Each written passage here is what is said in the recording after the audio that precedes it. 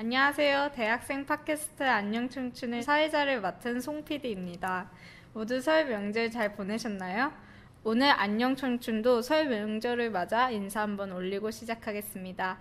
늦었지만 모두 새해 복 많이 받으세요. 네, 새해 복 네, 많이 새해 복 받으세요. 많이 받으세요. 네, 오늘은 대학생들이 가슴 아픈 역사에 대해 알아보고 이와 같은 역사가 되풀이되면 안 된다는 취지로 이번 자리를 마련했습니다. 대학 청년들에게 다소 어렵게 느껴질 수 있는 80년대 군부 독재 정권 시절과 삼천교육대, 또 최근 사회적 이슈로 핫한 이완구 총리 인사참사에 대해 이야기를 나눠보겠습니다. 기대되시죠? 네. 그래서 오늘 삼천교육대란 무엇인지 삼천교육대의 실상을 증언하고 폭로하신 이정 목사님을 모셨습니다. 목사님 반갑습니다. 안녕하세요. 안녕하세요. 안녕하세요. 김 기자님도 나와주셨는데 이번 설 명절에 고향에 잘 내려가셨어요? 네, 안녕하세요. 일단 인사부터 할게요. 안녕하세요. 네, 잘 다녀왔어요. 저는 뭐 고향이라고 할 것까진 없고 집에 잠깐 잘 다녀왔습니다. 어떻게 보내셨어요? 저는 일단 농성장에 좀 있었고요. 그리고 또 그 설 연휴 들어가는 초에 18일에 그 수요 집회가 있었어요. 그래서 그거 뭐 취재도 다녀오고 했습니다. 송 PD님은 어떻게 잘 보내셨어요? 저는 옷에 기름 냄새가 별 정도로 전만 계속 붙였어요. 목사님은 잘 지내셨어요? 네, 농성장 안에서 농성 동지들하고 제사도 지내고 예배도 보고 잘 있었습니다. 네. 본론으로 들어가서 지난 12일에 이완구 인사청문회를 통해 삼천교육대가 다시 도마 위에 올랐습니다. 이완구는 결국 총리가 되었으나 여전히 논란은 계속되고 있는데요. 이완구 총리가 전두환 독재 때 훈장을 받게 된 계기가 삼천교육대 사건이라고 합니다. 사실 이에 대해 젊은 학생 청년들은 삼천교육대가 무엇인지 잘 와닿지 않는데요. 제가 알아본 바로는 삼천교육대 사건은 전두환 정권 시절인 1980년 국가보위 비상대책위원회가 사회학 일소를 목적으로 정치범, 일반 시민 등 약 4만 명을 영장 없이 체포해 삼천교육대에서 강도 높은 유격훈련과 가혹행위를 시켜 다수 사망자와 부상자가 발생한 사건이라고 합니다. 이정 목사님, 삼천교육대 어떠한 곳이었나요? 네, 삼천교육대는 그 1980년대 그 전두환 씨가 군사 쿠데타로 집권을 했죠. 이제 그렇게 되자 국민적 정통성이 없었어요.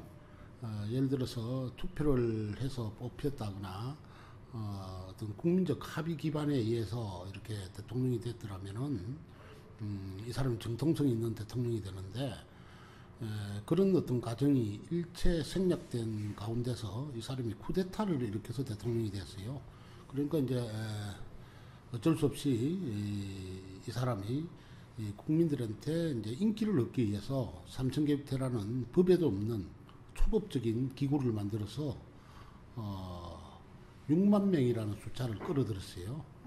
그 중에 분류를 해서 4만 명이 삼청순화교육대라는 곳에 가서 4주 동안 악명 높은 교육을 받게 되죠. 거기서 죽음의 코스, 목봉체육 또는 뭐 PT 체조 이런 것을 하루 종일 하면서 많은 사람들이 인권 침해에 시달리게 됩니다. 거기서 맞아 죽기도 하고 골병 들기도 하고 했던 사건입니다.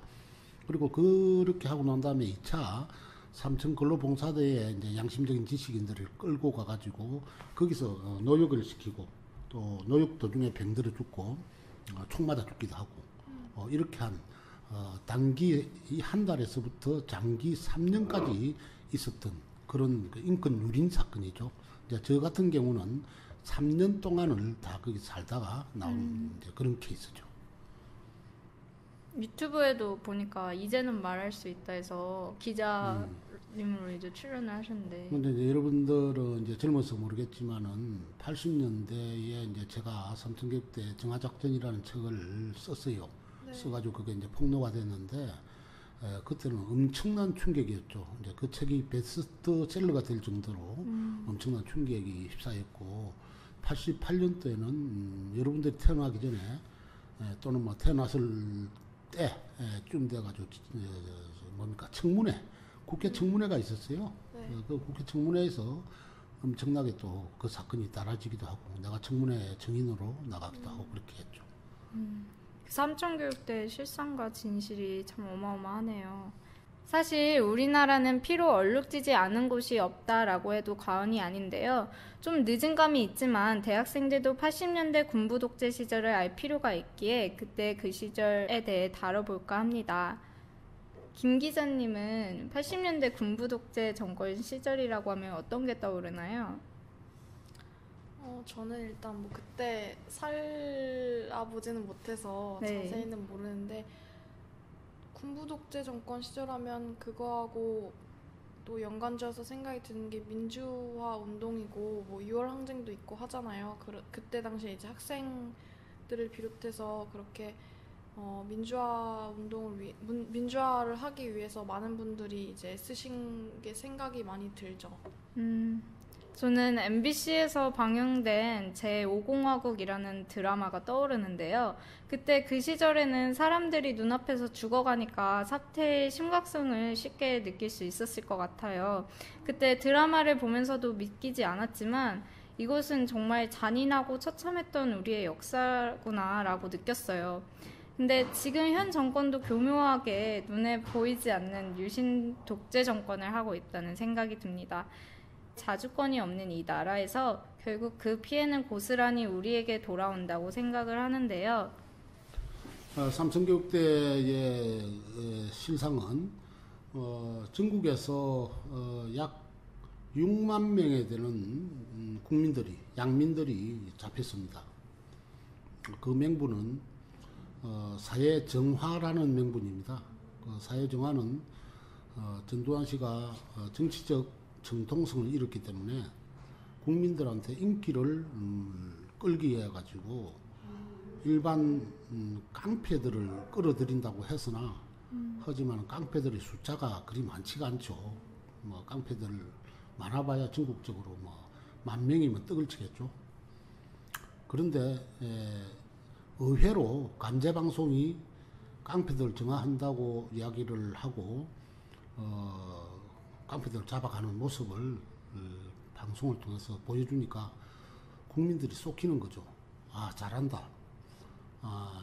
하고 박수를 이제 치기 시작하는데 거기에 신이 난 군부 정권이 일반 양민인 백성들까지도 이제 끌어들입니다.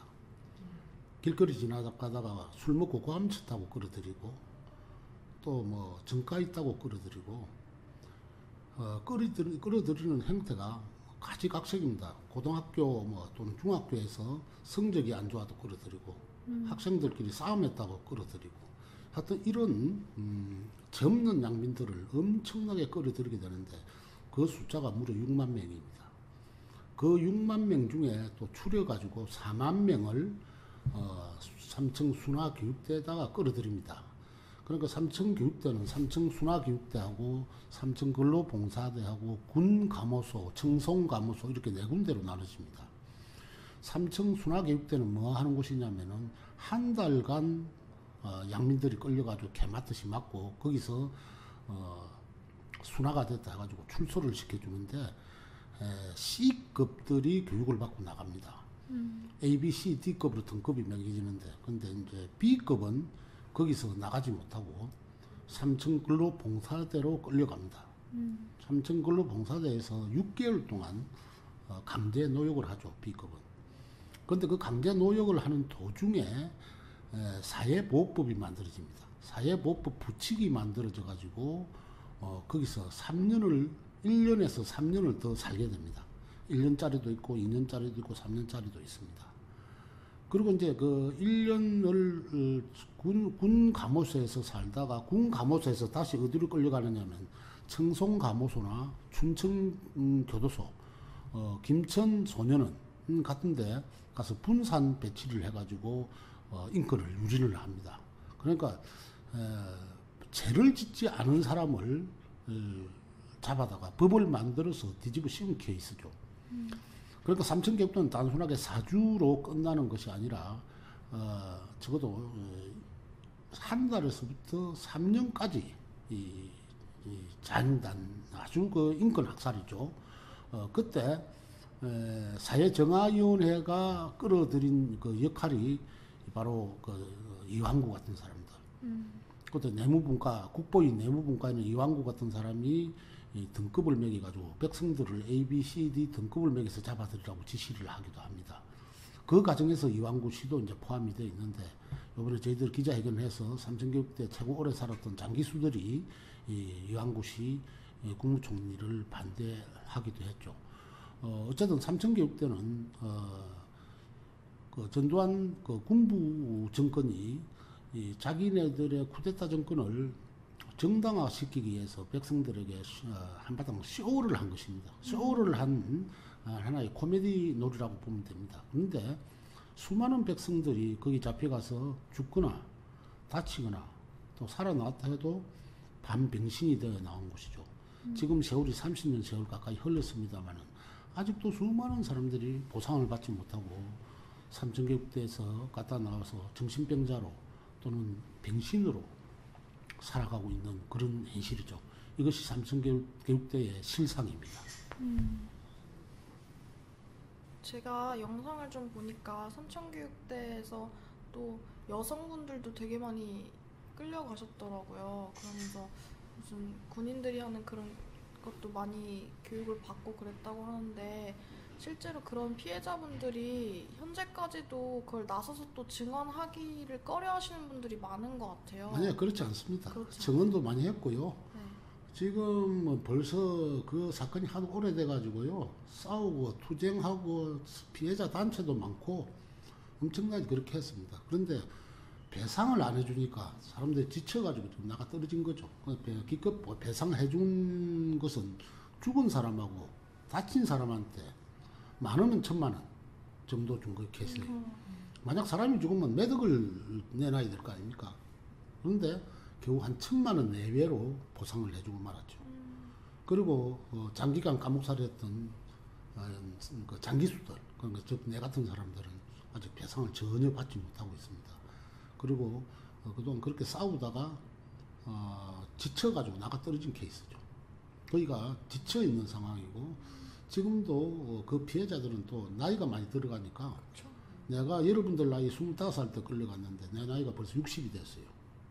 그러니까 내가 25살 때 같으면 일반 어른들이 그 당시에 뭐 한 30살 되면 거기가 나이가 70, 80 돼서 돌아가실 때가 다 됐고, 또 나이가 많아가지고 이제 나서지도 못하고 그런 상황이죠. 차츰차츰 역사는 세월과 함께 그 아픈 생채기가 자꾸 생채기를 듣고 있는 거죠. 네네. 그래서 그 많은 사람들이 죽기 전에 이완구 같은 사람들, 정권은 잘못했다 하고 완전 배상을 해줘야 되겠죠. 그래야 역사가 청산이 되는 거 아니겠습니까? 방금 사회보호법에 대해서 언급을 해주셨는데 그게 정확히 뭔가요? 사회보호법이란 것은 뭐냐면은 당시에 그것도 전두환 군사정권이 만든 법인데, 그러니까 동일정가, 그러니까 폭력이면 폭력이 실행정가 3범 이상, 총행기 2년 이상. 그 말이 좀 어렵습니다. 그러니까 정가를, 그러니까 폭력 정가로 가서 교도소에 3번을 살았다. 그러면 거기서 2년 이상을 산 사람은 자동적으로 10년 감호행을 받도록 돼 있어요. 자동적으로. 이제 그게 이제 사회보호법인데, 우리는 그게 해당이 안 되죠. 나는 정가가 하나도 없으니까. 네. 그러니까 그게 부칙이라는 걸 만들어가지고, 사회보호법 부칙이라는 것을 만들어가지고, 삼천교육대에 입소하는 사람들은 여기에 해당한다. 이렇게 돼 있어요. 완전 억지죠, 억지. 그러니까 죄도 없는 사람을 그냥 거기다 부칙에다가 몰아붙여가지고, 그래가지고 가둔 거예요. 기가 막힐 노릇이죠. 악질법이네요. 완전 악질법이지. 그래서 그것을 배상을 해줘야 됨에도 불구하고 지금 유야무야 지금 하고 있는데, 지금 우리가 지금 싸워야 됩니다. 그것도. 그리고 실제로 죄가 없는 정말 아무 무고한 사람한테도 죄를 조작해서 만들어서 뒤집어 씌워서 데려간 경우도 되게 많더라고요. 그러니까 여러분들이 이제는 알고 싶다 그거 보면 내가 많이 나옵니다. 맞아. 굉장히 젊었을 때. 젊었을 때 내가 40대 초반 때인가 막 네네. 거기 보면은 억울하게 잡혀간 사람들이 엄청나게 많습니다. 뭐 이발사 하는 사람도 잡혀가고, 심지어는요 고위층도 잡혀갔어요. 예를 들어서 전두환을 뭐 이렇게 반대했던 사람들. 언론 쪽 분들. 강창성 보안사령관이라는 사람도 있어요. 그 고위층 아닙니까? 군 고위층 강창성 사령관도 잡아갔고, 또 충주 MBC 문화방송국 사장 유호 씨도 잡아갔고, 또 강원도에서 정치하는 정인수 씨라는 평민당 위원장도 잡아갔고, 뭐 잡아간 사람들 고위층으로부터 소매치기까지 엄청나게 잡아갔습니다. 거기다 뭐 전혀 젊는 고등학생들까지도 잡아갔고, 학교 교장 선생님에게 추천을 해달라고 했어요. 네. 잡아갈 대상을. 그럼 교장 선생님이 그것을 추천을 안 해주면 학교 예산을 까버리고 그래요. 학교 예산. 지원해준 예산을 까버리고 그런 만행까지 저질렀어요. 그러니까 그 당시는 공포사회였기 때문에 누구도 거기 협조를 안 할 수가 없죠. 심지어는 코미디언 중에 옛날에 유명했던 배삼용 씨, 이기동 씨, 여러분은 잘 모를 겁니다. 옛날 유명한 코미디언. 이런 사람들도 잡혀갔다가 나와가지고 골뱅들을 죽었습니다. 여기에 피해자들의 어떤 잡혀간 과정을 설명하려면 한도 끝도 없죠. 이어서 교육부가 EBS의 삼천교육대 관련 문제도 제외하라는 지시를 했는데요. 켈리 씨가 준비를 하셨다고 합니다. 네, 그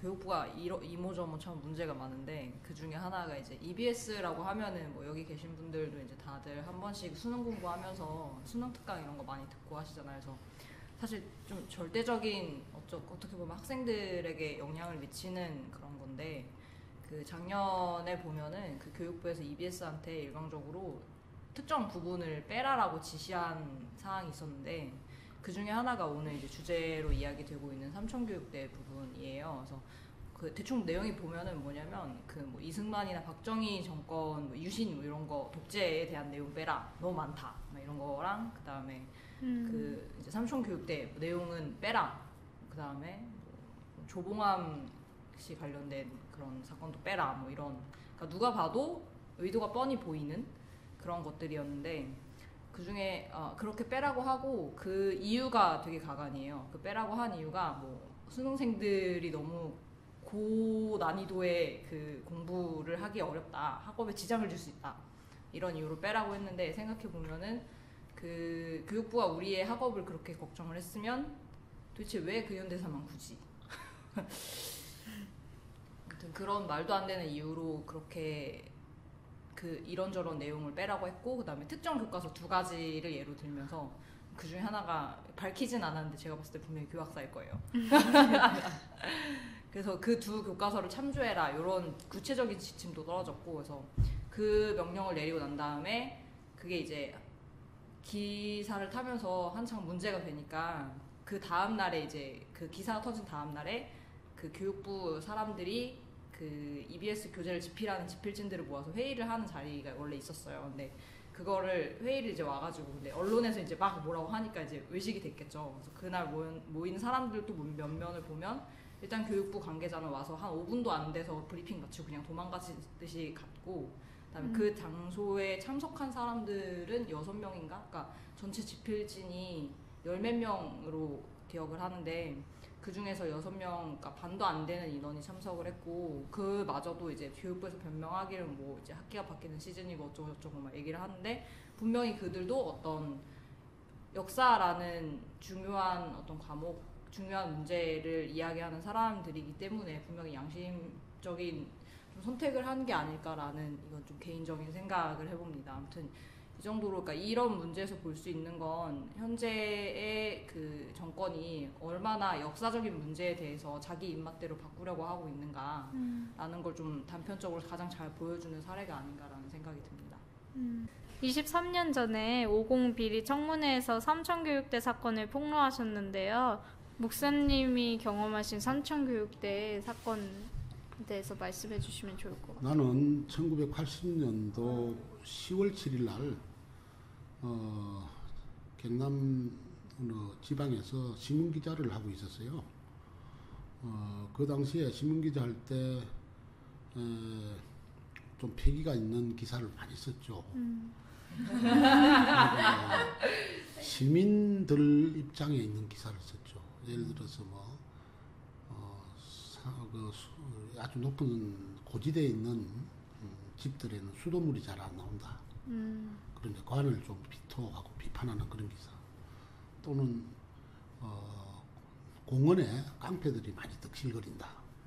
경찰들 단속이 아쉽다 하는 이런 기사들. 그런 기사들을 썼는데 그게 이제 경찰들 비를 건드렸겠죠.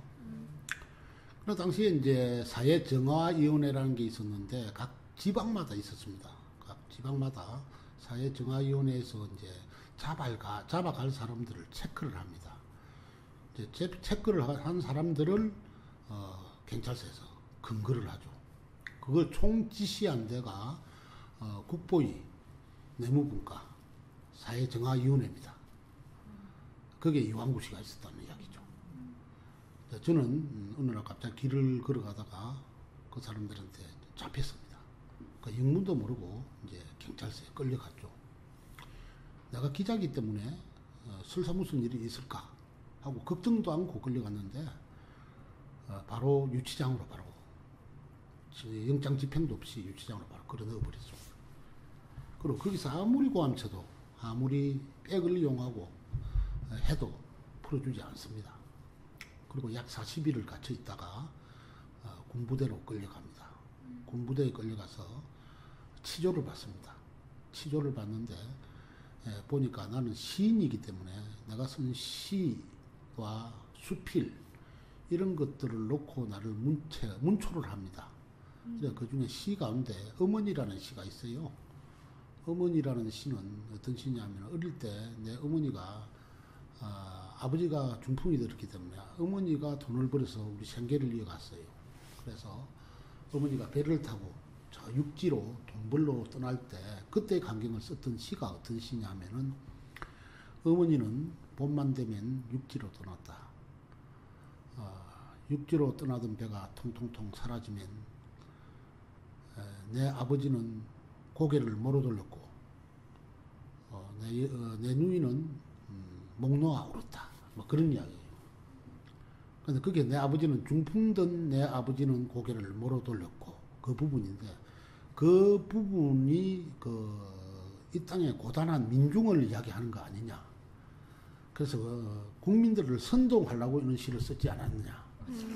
이러면서 고문을 합니다. 개패듯이 패는데 그게 뭐 허리를 굽히지 않을 사람 아무도 없죠. 살아나가기 위해서 그렇다고 민중을 선동하려고 썼다고 이제 그렇게 이제 이야기를 하니까 계엄포구령 위반. 계엄포구령 위반. 그러니까 당시에 정부를 못마땅히 바라보는 사람들을 전부 계엄포구령 위반으로 엮었죠. 그렇게 해가지고 이제 끌려간 곳이 원주 38사단입니다. 원주 38사단에 끌려가가지고 끌려간과 동시에 머리를 빡빡 깎입니다. 그리고 머리를 빡빡 깎이고 내무반까지 기어서 갑니다. 내무반까지 기어서 가면 거기 한 1000m 됩니다. 1000m. 대문에서 내려가지고 머리를 빡빡 깎이면 거기서 기어서 이제 내무반까지 가라고 그러면 곤봉이 그냥 빠다가 그냥 춤을 춥니다. 쭉 패고 군합발로 짓밟고 어깨지고 하여튼 엄청난 사람들이 그 순간에 그냥 절망하고 좌절하고 거기서 다리가 부러지고 모가지가 부러지고 끌려나가고 하는 사람들이 발생하게 되죠. 그리고 그 과정을 겪고 난 뒤부터 4주부터는 처절하게 배고픔의 생활이 시작되죠. 밥을 스푼을 꼭꼭 눌러서 뜨면은 한 3스푼. 하루 딱 밥 3끼 딱 주는데 그 3끼 가지고 젊은 체질에 그 먹고 살 수가 있습니까? 살 수가 없죠. 굶주리죠. 그걸 한 달 정도 하면은 눈에 흙이가 져가지고 보이는 게 없습니다. 아지랭이가 가물가물합니다. 그러면서 강도 높은 훈련이 아니죠. 그건 뭐 학대죠, 학대. 군인들은 훈련이라고 하지만 이거는 훈련이 아니죠. 하루 종일 연병장에서 뛰고 때리고 구보시키고 자빠지면 그 빠따로 때리고 이렇게 4주를 보냅니다. 그리고 4주를 보내고 난 뒤에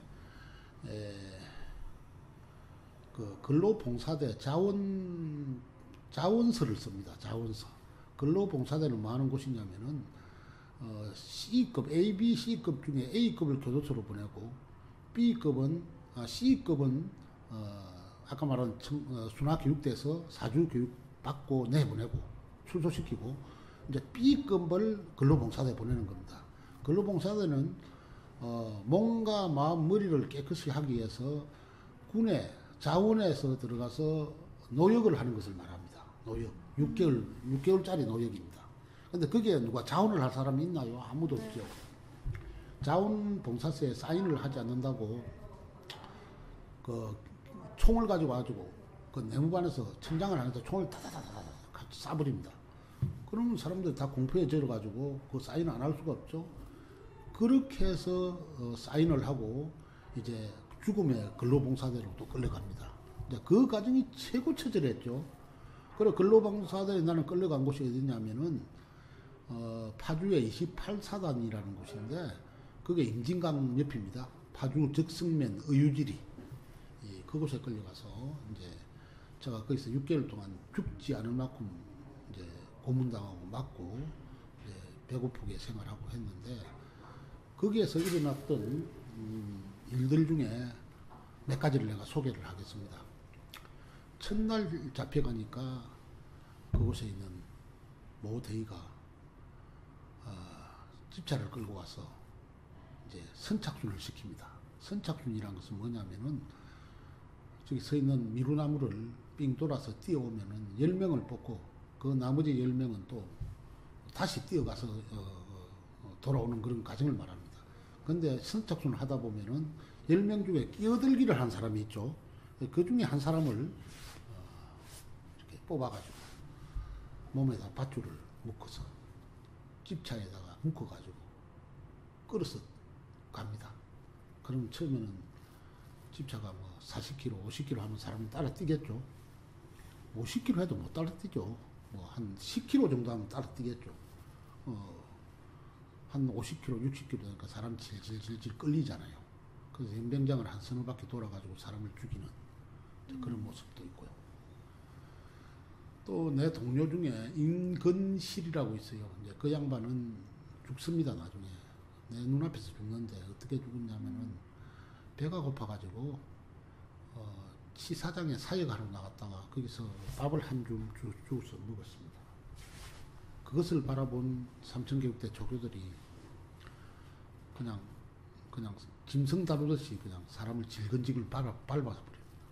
그 밟아버리니까 얼마나 고통스러운지 이 양반이 전두환 타도 나를 교도소로 보내달라. 여기서는 하루도 못 살겠다 하고 저항을 합니다. 그러니까 이 사람을 어디로 끌고 가느냐 하면은 물고문장으로 끌고 갑니다. 물고문장. 근데 그날 저녁 내가 이제 일기를 썼을 때 내가 반성의 글을 썼어요. 아, 저렇게 나는 공부도 많이 한 사람이고 저 사람 학교도 다닌 적이 별로 없는 사람 같은데 저 사람은 자기가 표현하고 싶은 말을 한다. 나는 무엇 하는 사람일까 하고 반성의 글을 썼는데 그 다음날 수양록을 검사하던 조교가 그걸 읽고 나도 그곳을 끌고 갑니다. 끌려가서 보니까 그게 임건실 씨가 있는 겁니다. 임건실 씨가 물고문을 받고 있어요. 그리고 밧줄로 칭칭 동네마해가지고 꿀에 앉혀진 채 그냥 바다로 맞기도 하고 물을 뒤집어 씌우기도 하고 영하 한 20도 되는 데서 사람을 아예 그냥 물속에 잡아 넣었다가 빼기도 하고 뭐 이런 식으로 고문을 하고 있는 거죠. 그런데 그때 이 사람이 조교들이 잠시 담배를 피우러 간 사이에 당신은 살아서 나가야 된다. 여기 있으면 안 된다. 저들 시키는 대로 해라. 아마 나는 살아나가지 못할 것 같다. 그리고 살아나가서 이것을 폭로해야 다고 이런 말을 나한테 남깁니다. 그것이 내 평생의 가슴에 못이 됐죠. 그리고 빛이 됐죠.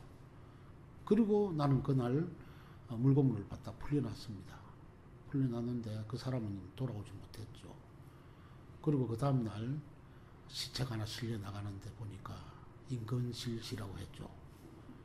그리고 행식적인 조사가 이루어졌습니다. 군에서는 행식적인 조사단이 이제 나왔죠. 나오기 전에 우리 중대를 책임졌던 대위가 이런 말을 합니다. 조사단이 오게 되면은 여러분들이 무슨 말을 해야 될지를 알 것이다. 신중하게 답변하라. 이렇게 이야기하는 거죠. 그 말은 무슨 말이겠어요? 그 말은 무슨 말이겠어요? 말하지 마라. 그런 뜻이죠. 임근실 죽음에 대해서는 입을 열었다면 너희들은 죽는다. 그런 뜻이겠죠. 그리고 아무도 말하지 못했습니다. 말 한마디 했다면 죽어나가는 모습을 봤는데 누가 이야기하겠습니까? 말을 못했죠. 그리고 그날 점심 때 밥을 몇 스푼밖에 주지 않던 밥이 고봉밥이 나옵니다. 고봉밥이 뭔가 압니까? 밥을 엄청 이렇게 이 밥그릇보다 더 높게 쌓아가지고 주는 밥을 고봉밥이라 그래요. 그 고봉밥이 나왔는데 그 고봉밥을 점심 저녁까지 나왔습니다. 그거를 얼마나 많이 먹었는지 그날 저녁에 배탈을 만나가지고 다 죽는 줄 알았습니다. 한 죽음을 눈 감아준 대가로 고봉밥 2그릇 먹고 설사 그런 비열한 밥을 먹기도 했고, 그리고 그 밥을 먹고 행불이라도 받듯이 그 다음날까지 설사에 시달린 120여 명의 우리 동료들이 있었죠. 그것도 아픈 기억에 남죠. 그러나 그들에게 또는 그 당시 누구에게라도 그것을 책임을 물을 수는 없어요.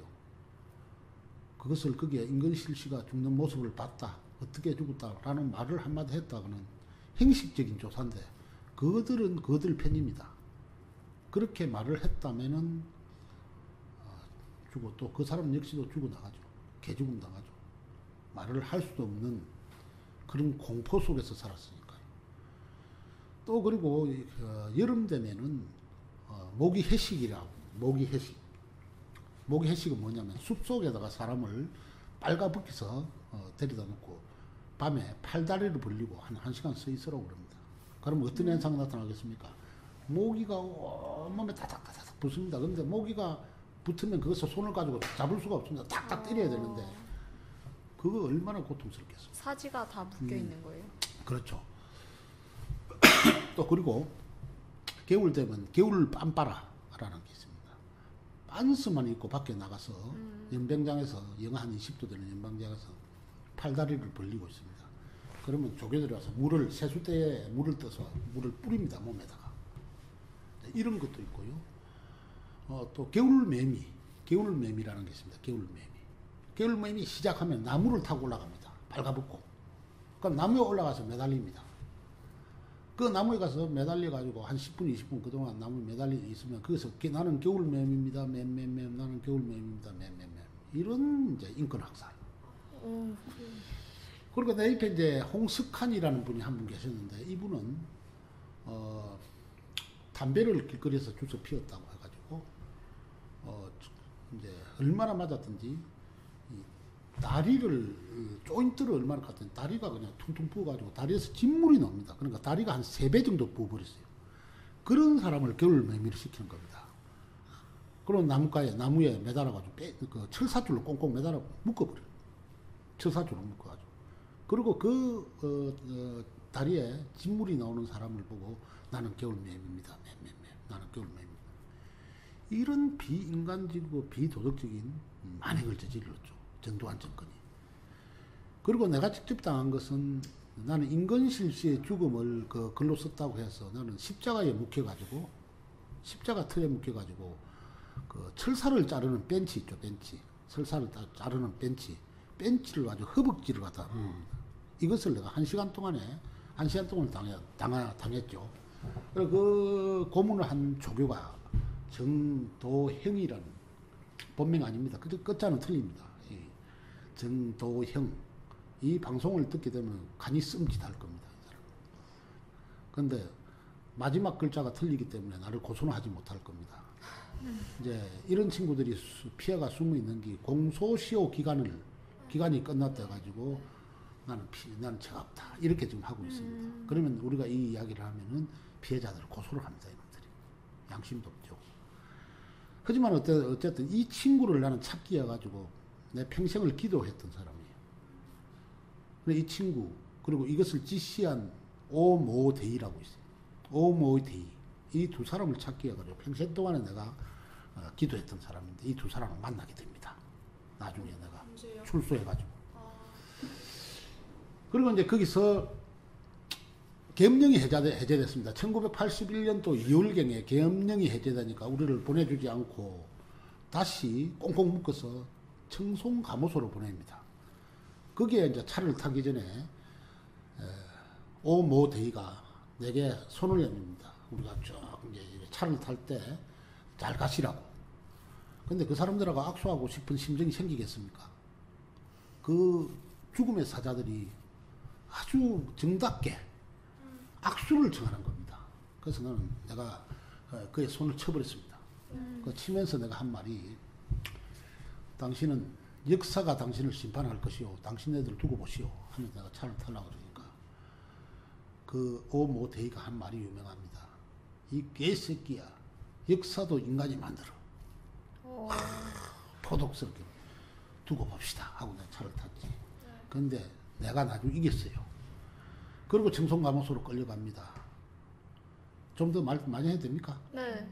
청송감호소로 끌려갑니다. 청송감호소로 끌려갔는데 거기는 어디냐면 경상북도 청성군 진보면이라는 완전히 태백산맥의 꼴짝입니다. 그 꼴짝의 북방산이라는 산 속에 우리를 가둬버린 겁니다. 그러니까 우리가 있는 곳은 전부 강이 둘러싸여 있고 다리를 건너야만 들어가니까 사실은 육지 속의 섬이야. 그리고 육지 속의 섬을 큰 산이 에워싸고 있어요. 병풍처럼 에워싸고 있기 때문에 도망을 못 가. 그런 곳에다가 우리를 갖다 놓고 이제 뭘 시키느냐면 건물을 짓게 하는데 대모도를 해요. 대모도가 뭔가 알죠? 뒤에서 공사판에서 뒤에서 이제 심부름하는 역할. 그 대모도를 했는데 나중에 짓고 보니까 거기가 어디냐면 감옥이야, 감옥. 다 짓고 보니까 우리는 뭘 짓는지 몰랐지. 근데 감옥을 지어놓고는 우리를 거기다 갖다 버려요. 그래, 우리 동료 중에 한 사람이 우리가 집을 지었으니 그래도 우리가 좀 살다가 가야 안 되겠나. 이제 우리 집이다, 들어가자. 그리고 우리가 등 들어가고 철문이 들그등 하고 닫히는 거죠. 그 시대의 역사가 그랬습니다. 법이 필요 없는. 그리고 감옥이 지어진 데다가 죄를 지으면 법을 적용받아서 갇혀야 되는데 죄도 없고 감옥도 우리가 지어서 갇히고 그런 시대였어요. 그러나 거기서 이제 또 약 2년간을 노역 생활을 하고 거기서 이제 인권 유린을 또 당하죠. 지하에 끌려가지고 수많은 사람들이 고문당하고 막 이런 생활들을 했죠. 그리고 1984년 5월 달에, 아니 4월 30일 날 내가 출소를 합니다. 출소를 하고 안동 시내까지 버스로 태워다 줬어요. 근데 안동 시내에 나오니까 약 3년을 살다 나오니까 집에다가 전화를 걸라고 하니까 전화기 구조가 다 바뀌어 있어요. 전화기 구조가 3년 만에. 그러니까 전화를 걸 줄을 몰라가지고 이웃 사람한테 전화를 걸어달라고 했어요. 그리고 나오니까 3년 동안 이어서 살면은 세상이 변하는 것을 모릅니다. 근데 한 3년 안에서 살다가 보면 세상이 변한 것이 눈에 보여요. 낯선 것들이 너무 많아요. 심지어는 뭐 버스를 타려면 그 당시는 우리가 있었는데 토큰이라는 제도가 있었는데 토큰 제도도 뭐 또 다르게 변해되어 있고 말이지. 뭐 이런 제도들입니다. 그래서 어쨌든 나는 출소를 해서 이것을 폭로로 하려고 하는데 삼성교육들 폭로를 해야 될 거 아닙니까? 인건실한테 내가 받은 약속이 있잖아요. 나가서 폭로를 해달라. 근데 그걸 실천해야 되죠. 그래서 이제 글을 썼습니다. 글을 쓰고 원고 정리를 하고 약 한 6개월 만에 그 글을 완성을 시키고 서울에 있는 출판사에 이제 전달하러 가려고 하는데 부산에 있는 터미널에서 내가 잡혀버렸습니다. 그러니까 이들은 나를 감시 감독하고 있는 거죠. 그러니까 어디든지 가면 2km 전방을 벗어나면 경찰서 정보과에다가 신고를 해야 되는 거죠. 근데 나는 신고를 하지 않고 가다가 잡혀버렸죠. 그리고 감옥으로 갔습니다. 가서 징역을 약 1년간을 살았습니다. 그리고 또 나왔습니다. 나와서 또 3개월 만에 잡히 들어갑니다. 네, 또 그 끈으로. 그리고 들어가서 거기서 또 1년 6개월을 또 살게 되죠. 또 그리고 출소합니다. 그리고 나오니까 고향에 가면은 고향에서도 빨갱이, 깡패, 사기꾼, 삼천개국대 다니면 사람을 그렇게 취급해요. 그러니까 살아갈 수가 없어. 취직도 할 수도 없고 어디 가서 노가다를 하고 싶으면 노가다도 할 데도 없고 처절합니다. 그래서 그때 내가 선택한 것이 이삿짐 센터를 갔죠. 이장 취업을 했죠. 이삿짐 센터에서. 그래서 마음씨 좋은 이삿짐 센터 아저씨한테서 이삿짐 일을 날아주고 일당을 받아서 먹고 살면서 밤에는 뭐 하러 갔냐 야학 선생을 했어요. 부산 영도에 있는 항토야학이라는 곳에 이제 국어 선생을 했죠. 그러면서 그곳에서 약 한 4년간을 선생질을 하면서 세상 적응을 했죠. 적응을 하기 시작했고 또 내가 쓴 이제 글들을 좀 더 완벽하게 이제 폭로하기 위해서는 다시 글을 썼고 또 다시는 이제 내가 위에 서울로 올라가는 일이 없이 서울에 있는 출판사 사람을 내려오도록 만들었죠. 그리고 부산 다대포에서 숨어서 바닷가에서 간첩 접선하듯이 접선해가지고 원고를 넘겨주는 데 성공을 합니다. 그리고 그 원고를 받아가지고 간 외국어대학교 김모 교수입니다. 동아일보 뒤 원래 기자 출신인데 해직 기자죠. 그 사람이 박사 학위를 따가지고 이제 외국어대학교 언론학 교수가 됐죠. 그분이 부인이 출판사를 했어요. 그래가지고 그분도 이제 위험하죠. 그런 책을 펴낼 수가 없어요. 펴냈다면 그 사람도 또 해직당할 수도 있어요. 그런데 그런 위험을 무릅쓰고 내 원고를 세부를 복사해서 정의구현 사재단에 한 부 보내고 또 한 분은 국제 팬클럽에 한 부를 보내고 혹여 어떤 사고가 났을 때 작가나 출판사를 탄압할 때 그걸 대비해가지고 이렇게 제도적 장치를 했죠. 그리고 나는 산속에 숨었습니다. 절에 숨었습니다. 근데 그로부터 한 달 정도 있으니까 출판사로부터 전화가 왔습니다. 선생님 나오십시오. 성공입니다. 대성공입니다. 그래요. 놀라지 마십시오. 내 책이 내가 썼던 책 삼천개국대 정화작전이라는 책이 판매된 지 근 한 달 만에 책이 한 3만 부가 나가버렸습니다. 베스트셀러가 바로 돼버린 거예요. 베스트셀러가. 그래가지고 그 책이 이제 막 나가니까 세상이 뒤집어진 거 아닙니까? 여러분들이 88년 태어난 사람 있나요? 누가 태어난 사람 없나? 88년도에 87년도 11월 달에 그 책이 나왔는데 완전히 날개돋듯이 팔리기 시작했고 그냥 전두환 그 당시 전두환 정권 말기인데 전두환 정권이 완전히 뒤집어져 버렸습니다. 그 이적을 잡아라 이제 이렇게 됐겠죠. 그러니까 내 대신 이석이라는 이름을 가진 시인이 잡혀가지고 개맞듯이 맞기도 하고 그래요. 그러니까 출판 기념회에서 그 사람한테 이제 이야기를 들었는데 내 잡으러 부산에 내려왔는데 내 이름을 가지고 못 찾으니까 이석이라는 시인을 찾아가지고 부산 여전 교수더라고. 부산 여대 교수. 그 사람을 끌고 가가지고 개패듯이 패는 거야. 그래 많이 맞았다고 나한테 울더라고 그 사람이. 그래서 내가 사과를 했죠. 근데 사실 내가 사과할 부분이 아니지. 시대가 그렇게 만든 거 아닙니까? 그렇게 하고 이제 있는데 놀라지 마세요. 김대중 씨라고 여러분 알죠? 김대중 대통령? 네. 김대중 대통령이 되기 전에 평화민주당 총재를 했어요. 그분이 나를 부릅니다. 그래서 국회에서 만났어요. 이동지 얼마나 고생했습니까? 하고 눈물을 흘려요. 그러면서 이 건을 청문회를 통해 가지고 폭로합시다. 그래서 나는 꿈속에서도 그런 말을 듣기를 바랐던 말 아닙니까? 거기서 김대중 총재의 손을 잡고 대성 통곡을 했죠. 그리고 1988년 12월 달에 전두환 50 비리 청문회가 드디어 열립니다. 거기에 내가 증인으로 나가는 거죠. 그런데 거기서 모 대의를 만납니다. 그래서 내가 거기서 바로 임근실의 죽음을 폭로를 하죠. 국회가 뒤집어진 거예요. 청문회장이. 물고문 당해서 이제 한 사람 죽은 모습을 생생하게 그대로 내가 증언을 했지 않습니까? 하니까 청문회장이 뒤집어집니다. 여당 쪽에서는 거짓말이라 그러고 야당 쪽에는 그런 그 여당을 향해서 야유를 풀고 청문회장이 시끄러워지죠.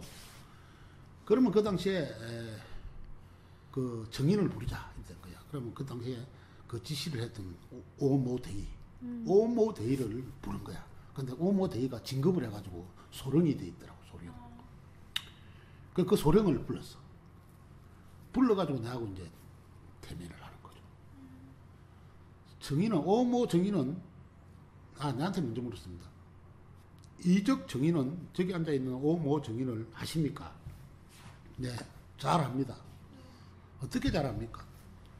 제 책에도 나와 있듯이 강대파가 튀어나오고, 볼은 홀쭉하고, 저 무서운 저 눈초리를 아직도 저는 기억합니다. 오모 씨는 여기 있는 이적 정인을 아십니까? 저 모릅니다. 모르기는 왜 몰라. 완전 잡아떼는 거죠. 그런데 그날 오모 대의가 했던 행동, 그리고 우리에게 고문했던 거 전부 다 거기서 고발돼 해버리죠. 그 현장이 어찌 되겠습니까? 역사는 항상 가해자의 편을 드는 것은 아닙니다. 진실한 역사는 항상 진실한 시간이 있을 때 항상 찾아옵니다. 내가 그 사람을 공격을 할 것이라고는 어떻게 알았겠습니까? 그 자리에서는 나는 역사의 피해자로서의 승리자가 되고 가해자는 어김없는 죄인이 되는 그런 자리였죠. 그리고 나는 그를 바깥에 나와서 당신이 나를 모른다고 정말 말할 수 있냐 하니까 답을 안 합니다. 그리고 고개를 숙이고 죄인이 돼가지고 도망치듯 차를 타고 도망치듯 사라졌습니다. 그 초라한 얼굴을 나는 잊지 못하죠. 그리고 그 사람은 나중에 군복을 벗었다는 이야기를 들었습니다. 그 뒤에 그것으로는 족하지가 않죠. 따지고 보면 더 복수하고 싶죠. 하지만 내가 그 뒤에 이제 목사가 됐기 때문에 목사로서 더 이상 그들을 더 이상 괴롭힐 수는 없다 해서 지금은 내 마음속으로 용서를 하고 있죠. 그리고 또 정도행이라는 조교 있죠. 그 사람을 20년 만에 찾았습니다. 놀라운 것은 우리 교회가 있는 옆 마을에 살고 있다는 거야. 거기서 부동산 중개사를 한다는데 부동산 중개사 자격증도 없고 남의 거 빌려가지고 초라하게 살고 있고 검은 라이방을 쓰고 평생을 살고 있다는 그 사람의 친구가 나한테 제보를 해준 겁니다. 내 책을 읽고. 그리고 위장을 해서 우리가 찾아갔는데 그 사람이 숨어서 지금 중개사를 하고 있습니다. 공소시효가 넘었기 때문에 그 사람을 처벌을 지금 할 수가 없습니다. 독일처럼 유대인을 학살한 소위 국가범죄자들은 공소시효가 없다는 법이 만들어지면 저 사람들은 처벌할 수가 있습니다. 약 7, 8년 전에 노무현 정권 때 국가범죄는 공소시효가 없도록 하는 법을 제정하려고 하다가 새누리당의 방해로 그게 법이 제정이 못했습니다. 그런데 앞으로 새 정권이 들어서면 언젠가는 그 법이 국가범죄는 공소시효가 없는 법을 만들어야 합니다. 만들면 지금 세월호 사건이라든가 삼천국대 사건, 강주 사건 이런 것들을 전부 재조명할 수 있습니다. 그리고 그들을 심판할 수가 있습니다. 내 나이가 앞으로 10년 뒤에 되면 70인데 여러분이 주인이 되는 30대가 40대가 되는 때가 되면 여러분들이 이 일을 해내야 됩니다. 이 방송을 듣고 있는 여러분들이 역시 마찬가지입니다. 여러분들이 이 땅에 지도자가 되고 정치인이 되고 이 땅을 끌고 나갈 때는 이런 이 현대사에 관련된 부분들을 잊지 말아야 합니다. 이것은 머리 골수에다 새겨놔야 됩니다. 새겨놓고 이것을 정리하지 않으면 우리나라는 진정한 자주국가라 볼 수 없는 거죠. 하지만 어쨌든 저는 이제 목사가 되었고 하나님은 내게 신앙적 관점에서 본다면 내가 하고자 하는 일들을 다 만들어줬다고 나는 그렇게 봅니다. 이것은 신앙적 관점입니다. 내가 3년간을 전과도 전혀 없는 사람이 왜 그곳에 갇혀 있었겠느냐 하는 것은 나는 하늘의 뜻이 있었다 이렇게 생각합니다. 그리고 나는 작가고 기자였습니다. 하필이면 내가 있었기 때문에 그것이 폭로가 되진 거 아니겠습니까? 그리고 그 책은 베스트셀러가 되고 그리고 정치 문제가 되고 또 나는 그들을 만나서 내가 할 수 있는 말들을 이 세상에다 했습니다. 했다면은 어쨌든 역사를 직접 경험한 사람으로서는 내가 겪고 폭로하고 내가 건져야 될 것은 다 건졌습니다. 그래서 오늘날 여기서 제가 농성을 하고 있는 것도 바로 정의는 항상 이긴다는 것입니다. 그리고 그들은 100% 진실은 밝혀지지 않았지만은 어쨌든 제가 책으로 폭로하고 청문회를 통해서 폭로한 것으로 인해 가지고 가해자들은 지금 떨고 지내고 있습니다. 평생을 떨고 지낼 겁니다. 그러나 나는 발을 뻗고 지내죠. 우리가 이 농성장에서도 지금 우리가 저들의 그 모함으로 인해 가지고 국가보안법이라고 우리가 모함을 받고 있지만은 언젠가는 우리를 탄압하고 있는 이들이 다시 그들이 불안에 떨며 공포스럽게 살아갈 날이 곧 옵니다. 그래서 우리는 역사 앞에 충실해야 되고 역사 앞에 정직해야 합니다. 그리고 이 시대를 살아가는 사람은 늘 역사 정신에 충실해야 되고 그리고 정직하고 내 나라 사랑하고 내 조국을 사랑하는 그쪽에만 서게 되면은 항상 떳떳하게 살 수 있다는 것입니다. 그것은 무슨 일을 하든 간에 그 직업이 무엇이든 간에 항상 떳떳하게 살아라. 내가 피해를 받더라도 떳떳하게 사는 길이 바로 역사의 주인공이 된다. 그런 이야기를 하고 싶습니다. 얼마 전에 그 이완구 뭐 일단 총리가 되긴 했지만 후보자일 때 기자회견을 하셨잖아요. 네. 국회 앞에서. 근데 삼청교육대 내무분과에서 일을 했다라고 했는데 그 부분에 대해서 조금 간략하게라도 설명을 아주 좋은 질문이에요. 그 이완구 씨는 비겁한 사람입니다. 왜 비겁한 사람이냐면은 당시 최규하 씨가 있던 내각은 식물내각이었어요. 식물내각. 그러니까 내각이라는 게 각 부처를 말하죠. 뭐 법무부, 뭐 행정자치부, 뭐 문화관광부 이런 부처를 말합니다. 장관이 있는 그 부처가 실제 나라를 끌고 나가는 거 아닙니까? 그런데 그 당시는 국보위가 들어서면서 그 부처들은 식물부처가 되어버렸고 국보위가 법도 없이 초법적으로 만들어져 가지고 그 안에 내무분과는 정말 요즘 행정자치부입니다. 네. 또 법무분과 있으면 법무부를 말합니다. 네.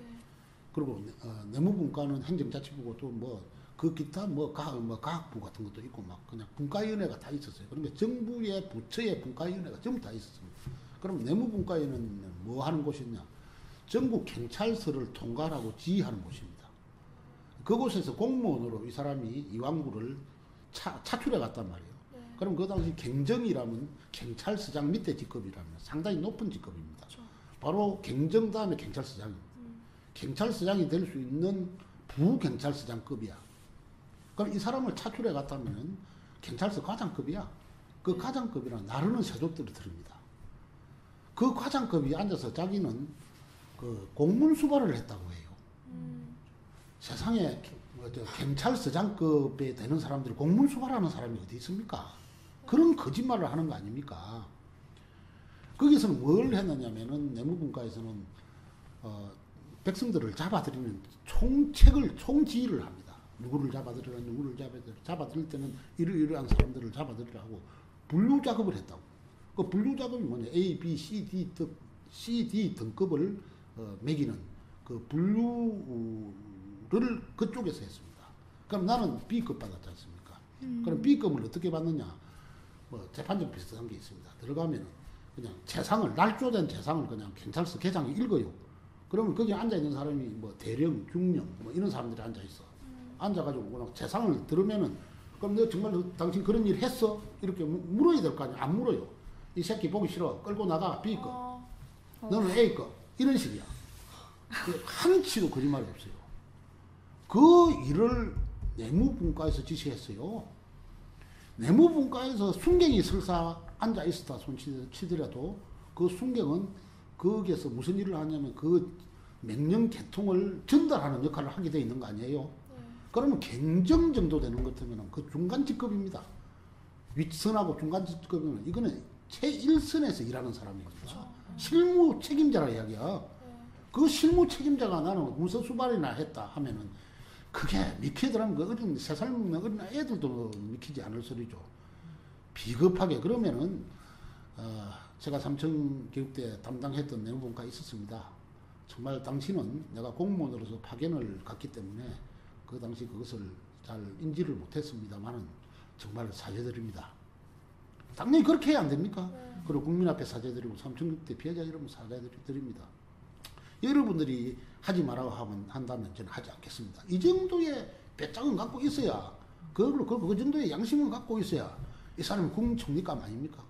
끝까지 문서수발했다는 그 급사들이 하는 문서수발은 공문이 오면은 문서 제목 쓰고 어디서 문서가 왔다는 거, 그거 기록하는 거, 그것을 갖다 문서수발이라 그래요. 말도 안 되죠. 그게 말입니까, 스님? 이런 엉터리 같은 사람을 뽑는 사람이 박근혜라는 사람이에요. 그래서 우리는 박근혜 같은 사람을 쳐다보면은 도저히 대통령이라고 바로 보이지 않는다는 이야기죠. 전두환이가 정통성 없는 정권을 운영했듯이 박근혜 씨도 부정선거로 자기가 당선이 됐기 때문에 자기를 호의해주고 자기를 감싸줄 사람이 필요합니다. 그 사람이 실력이 있든 없든 그런 사람을 뽑고 있어. 그래서 정통성 없는 기반의 정권이기 때문에 전두환 정권과 같은 똑같은 방법, 전두환 때 범죄 저지른 이런 사람을 국무총리로 앉히는 거 아닙니까? 대강 이해가 되시겠습니까? 얼마나 저희들이 분노가 큰가를 아시겠죠? 얼마 전에 그 총리 된 이후에 정계 인사들 다 찾아서 방문을 했더라고요. 그 중에 전두환도 있었고. 참. 쳐다보는 순간 착잡했습니다. 내 네. 입에서 욕이 나가고 싶지만은 내 입이 더러워질까 싶어서 욕을 안 합니다. 네. 오늘은 또 안산 합동분향소에 가서 그 세월호 유가족분들을 만났다고 그러는데 참 그것도 하면서 많은 생각이 들더라고요. 뻔뻔스럽죠. 네. 뻔뻔스럽습니다. 그들은 뻔뻔스러운 사람들입니다. 원래가 그렇습니다. 제가 질문 하나 드릴게요. 이정무 목사님은 이왕구 총리 인사 참사에 대한 투쟁뿐만 아니라 애기봉 등탑 및 전단 살포 반대 투쟁, 박근혜 정권의 공안 탄압 저지를 위한 피해자 농성 등 오랫동안 투쟁을 하신 걸로 알고 있는데요. 이렇게 수많은 투쟁을 하시면서 여러 가지 일들이 많았을 것 같아요. 가장 기억에 남는 일이나 아니면 힘들었던 점이 있으신지. 투쟁한 것들이 하도 많아가지고 다 말은 못하겠고 삼천교육대를 폭로해가지고 성공했던 부분 그것 기억에 많이 남죠. 물론 권력에 의해 가지고 진실이 많이 침소봉대되어 있습니다만은 어쨌든 제 책으로 인해서 그 거대한 역사를 폭로한 것은 내 기억에 영원히 남는 거고요. 또 그리고 뭐 삼천교육대 폭로하고 난 뒤에 진실을 이야기했다는 죄로 또 지명수배를 한 7년 당했던 그런 아픔이 있어요. 그러면 이제 내가 장가 갈 때 제가 고통스러웠고, 장가 갈 때 삼천교육대 출신이고 감옥을 많이 살았다 해가지고 빨갱이고 사기꾼 깡패라 해가지고 처갓집들에서 반대한 거. 그리고 오랫동안 결혼식을 못 올리고 동거생활 하다가 자식 2명 놓고 나서야 지명수배 중에 그것도 결혼식 올리고 하는 그런 파노라마 같은 우리의 역사의 질곡이 내 과거에는 있죠. 이것은 내 개인의 과거와 역사가 아니라 우리 민족의 과거와 역사나 마찬가지죠. 애기봉 등탑 같은 문제도 그렇습니다. 애기봉 등탑은 겉으로는 기독교 행사인 것처럼 위장하고 있지만은 속으로는 강대국들의 무기장사 노름을 하고 있다는 거. 남북 간에 그 대북 심리전을 펼쳐서 이간질을 시키면 남과 북이 멀어지면 최고 이익을 볼 집단이 어떤 집단입니까? 무기상이죠, 무기상. 그럼 우리나라는 무기상이 어디서 무기를 사옵니까? 미국 무기상으로부터 무기를 사오죠. 지금 우리를 탄압하고 하는 것은 그 미국하고 관련되어 있습니다. 박근혜 정권은 꼭두각시입니다. 박근혜 정권의 공안 탄압하는 이 공안은 꼭두각시로서 이로부터 배후 조종당해서 우리를 탄압하고 있는 거죠. 그리고 애기봉 등탑이나 전단살포 반대 운동은 미국의 이익과 부합되기 때문에 그것을 반대하는 목사나 또 단체들을 친북 단체로 만들어버려야 합니다. 그렇게 해야 영원히 반대를 못하기 때문입니다. 하지만 우리는 작년 2014년도 한기총에서 등탑에 불을 켜려고 하는 것을 우리는 과감히 저지했고 성공했습니다. 그 대가로 우리는 압수수색을 당했고 또 지금도 우리는 투쟁을 하고 있습니다. 누군가가 내보고 그런 이야기를 했습니다. 목사님 두렵지 않습니까? 평생 동안 싸우시고 잡혀가고 또 이번에 잡혀갈 텐데 두렵지 않습니까? 라는 말을 했습니다. 근데 내가 이렇게 답을 했습니다. 재지은 것이 없으면 두려울 것이 없다. 나는 삼천교대 걸 갔어도 지은 죄가 없었기 때문에 살아나올 수 있었고, 그리고 청문회에서 떳떳하게 말할 수 있었고, 또 거기서 폭로할 수 있었고, 그 폭로할 수 있었던 것은 내가 죄를 짓지 않았기 때문에 떳떳하게 폭로를 할 수 있었던 거죠. 기독교 농성장에 와서 우리가 많은 각층으로부터 우리가 지지를 받고 있습니다. 심지어는 미국 기독교, 오바마가 포함되어 있는 기독교 교단으로부터도 이적 목사, 민통성 평화교회가 소속되어 있는 이 이적 목사님을 지지합니다. 그리고 이 농성단을 지지합니다. 라고 했습니다. 그것은 무슨 이유겠습니까? 바로 우리가 떳떳하다는 것입니다. 우리가 죄를 짓지 않았다는 것입니다. 이 미국 군부에서 또는 미국 무기상들이 사주회에서 애기봉 등탑을 자꾸 애기봉 등탑으로 이간질을 하려고 하고 있지만, 그러나 미국에도 양심 세력들이 있거든요. 그 양심 세력들은 안다는 이야기입니다. 그렇기 때문에 우리는 두렵지 않습니다. 두렵지 않기 때문에 우리는 우리 조국을 위해서 투쟁해야 되고, 또 그것이 우리는 조국을 사랑하는 일입니다. 투쟁하지 않는 민족은 미래가 없습니다. 두 무릎 꿇고 편하게 살 수 있습니다. 요번에 경찰청장이 사과로 왔을 때 저는 그 사과를 받고 나가서는 아마 구속이 안 될 수도 있었을 겁니다. 하지만 그렇지가 않죠.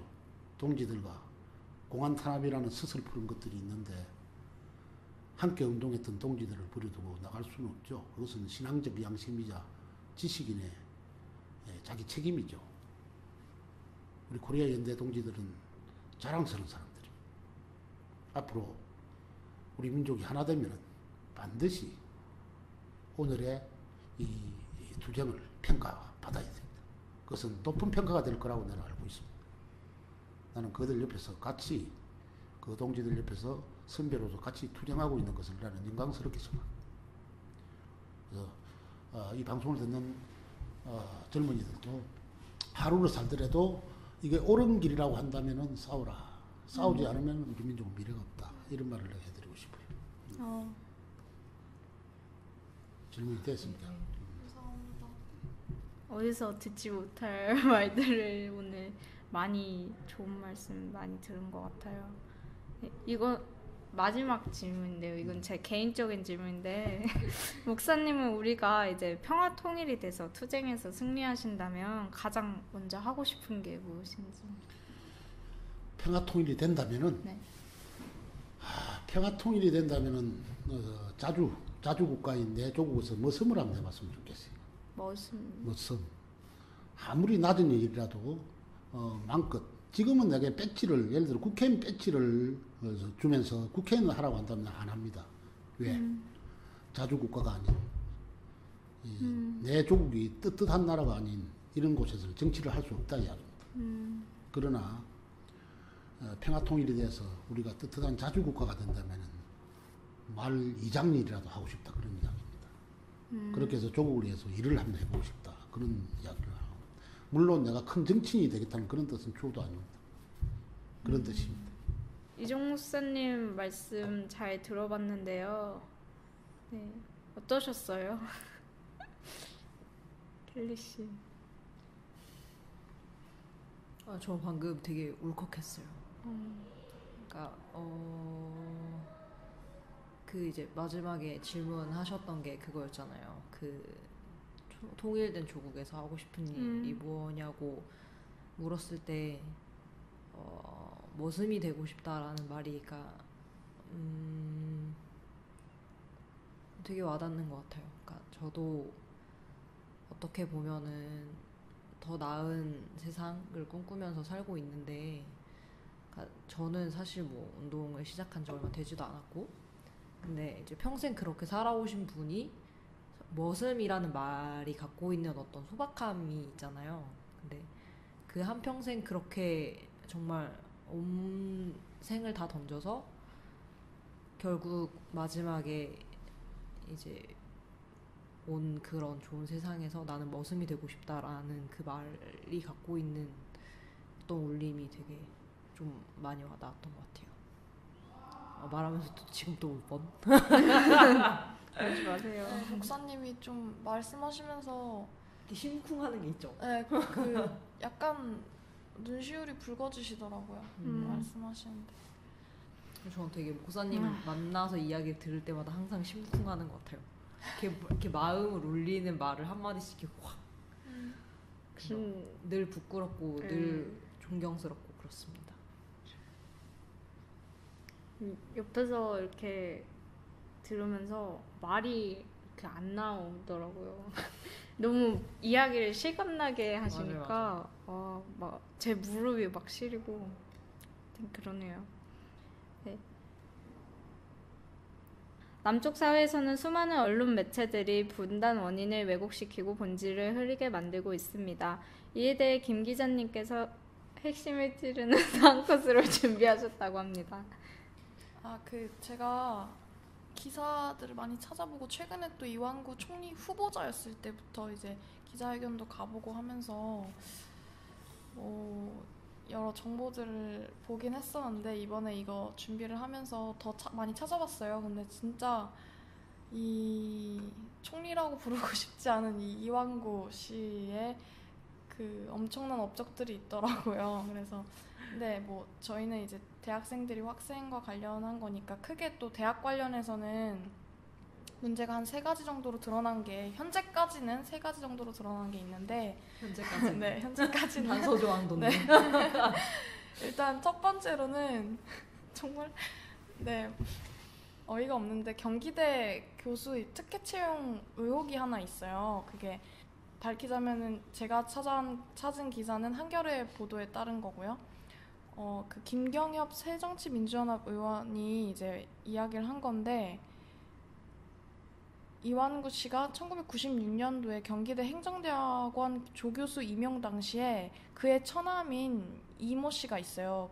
그 사람이 이제 경기대 교수인데 그 사람이 또 교학부장으로 일을 했대요. 그러면서 교수 강사 인사 추천 업무를 맡았던 게 드러났고 또 그거 말고도 이 총리가 1995년 2월 충남경찰청장직을 떠난 이후에 15대 국회의원 선거 출마를 준비를 했다고 하는데 바로 그 선거 2달 전에 대학원 조교수 타이틀을 얻었다고 해요. 그러니까 이런 식으로 말도 안 되게 인사를 임용도 하고 본인의 그런 타이틀도 얻고 그랬던 거고 또 하나는 뭐냐면 1996년부터 2006년 동안 10년 동안 이제 조교수로 재직을 한 것으로 드러나는데 실제로는 이제 단 한 차례도 강의를 하지 않고 휴직 상태로 있었던 것도 드러나서 정말 유경직이야? 충격을 주고 있죠. 충격을. 네. 참, 경기대 총장도 문제가 있는 걸로 알고 있는데 정말 이런 일들이 있었다니 놀랐고 또 하나는 우송대학교 관련해서 문제가 또 드러났는데 그게 뭐냐면 이른바 황제강연이라고 얘기를 해요. 그러니까 이게 뭐냐면 2010년도 충남지사에서 물러난 이후에 1년 4개월 정도 우송대 석좌 교수로 근무를 했대요. 근데 그때 당시에 거의 6천만 원에 가까운 급여를 받았다고 해요. 여기에 대해서 이제 김경엽 새정치민주연합 의원은 이 후보자는 우송대에서 1시간짜리 특강 6차례 외에 별다른 교육 연구활동을 하지 않았다면서 1시간당 특강료 1,000만 원은 황제특강이란 말이 무색하지 않은 사실상의 정치자금 수수라고 주장했다고 해요. 그러니까 6번 특강을 했는데 6천만 원을 받은 거죠. 그러니까 대박. 1시간 강의에 1,000만 원을 이제 받았다고 하고 그 특강 우송대 내용 다니는 애들이 되게 빡쳐야 할 아니 자기 등급금이 그쵸. 지금 정말 말도 안 되더라고요. 엄청나네요. 또 하나는 뭐냐면 허위 이력 기재 의혹인데 이게 또 96년도에요. 국회의원 선거 때 배포한 자료하고 2006년 충남지사 선거 그리고 13년도에 국회의원 선거 때 자료 등의 허위 경력을 기재했다는 의혹이 제기됐는데 96년도 그 국회의원 선거 때 자료는 수원대 강사를 역임했다 이런 내용이 있었고 근데 수원대 측에서는 최근에 이제 얘기를 한 게 확인 결과 본교 근무 경력이 없다 이런 답변을 내놨다고 하고요.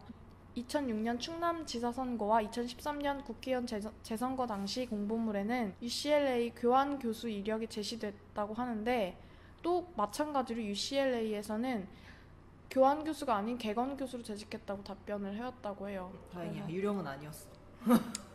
네, 그쵸. 객원 교수 뭐 했다고 하는데 이런 식으로 선거 공보물에도 대국민 사기를 치다. 허위 이력을 기재하면서 이런 의혹이 드러났고 이것 또한 명백히 공직선거법 위반이라고 합니다.